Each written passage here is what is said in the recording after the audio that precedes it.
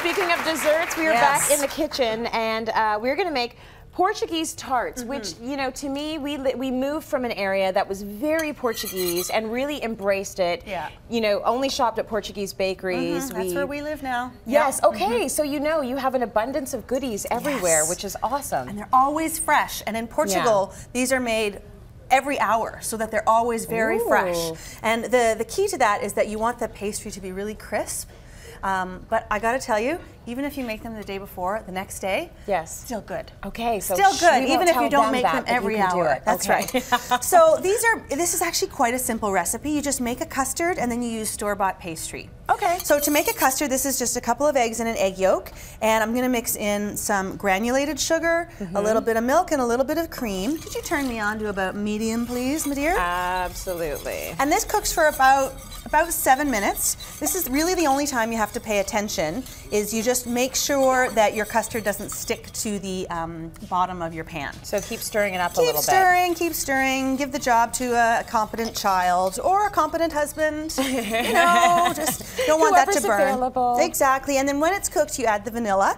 You never add vanilla before you cook a custard, because you want the vanilla to stay strong and vibrant. Right, it's just gonna go away if you do that. Exactly, and then what happens is you get this custard. Now, are you a fan of skin on custard? No. Okay, so if you aren't, skin on anything, then you take your, except you. Yeah, except on me. Okay. Nothing I'm eating. No, okay. On it. So what you do is you take your piece of plastic wrap and you put it right directly down on the surface of the custard when it's still hot. Okay. And then when you go to use your custard, there is no skin. Oh, that's so it's just 100% yummy custard. That's great. Okay, so just put the saran wrap right on it. Yes, and in fact, when it's hot. When it's hot. When it's hot. Otherwise, anyway, you don't need to know the chemical purpose. The whole just thing. gonna Exactly. work. It's going to work, trust me. This actually goes in the freezer so that it's really, really cold. Okay. Because when we cook these, we're just actually going to broil the tops. Because you don't actually need to cook the custard anymore. It's already cooked perfectly. Okay, so store-bought pastry. Yeah. This is President's Choice Butter Puff Pastry. It is one of the few puff pastries that you can buy that's actually made with butter.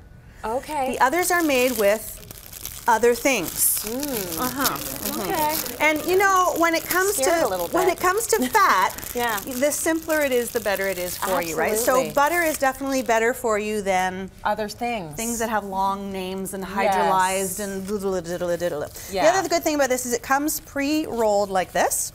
And so to add a little bit of something special to these custard tarts, I'm going to take a bit of cinnamon and actually sprinkle it directly onto the pastry.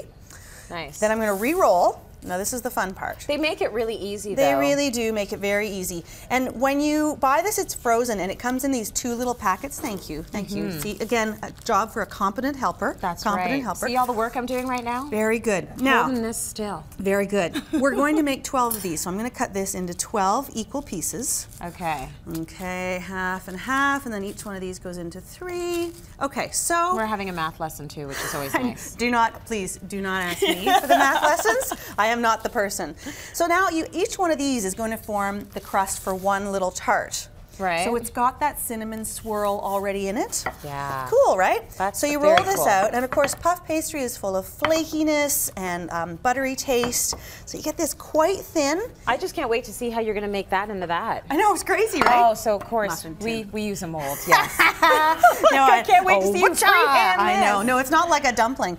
And you could just sort of press this in, and because it's puff pastry, it's really, really forgiving. Right. There is so much delicious butter in this pastry that you could throw it to the moon and back and it would still be delicious. So then you just take a nice spoonful of custard, plop it in. And fill it up. Do you want to fill it up all the way to the top? You want to give it a good, because nothing's going to happen. It's not going to, if anything, it's going to shrink, but it's not going to expand because it's already cooked. Yeah. So you fill that right up and then you pop it 500 degrees in your oven.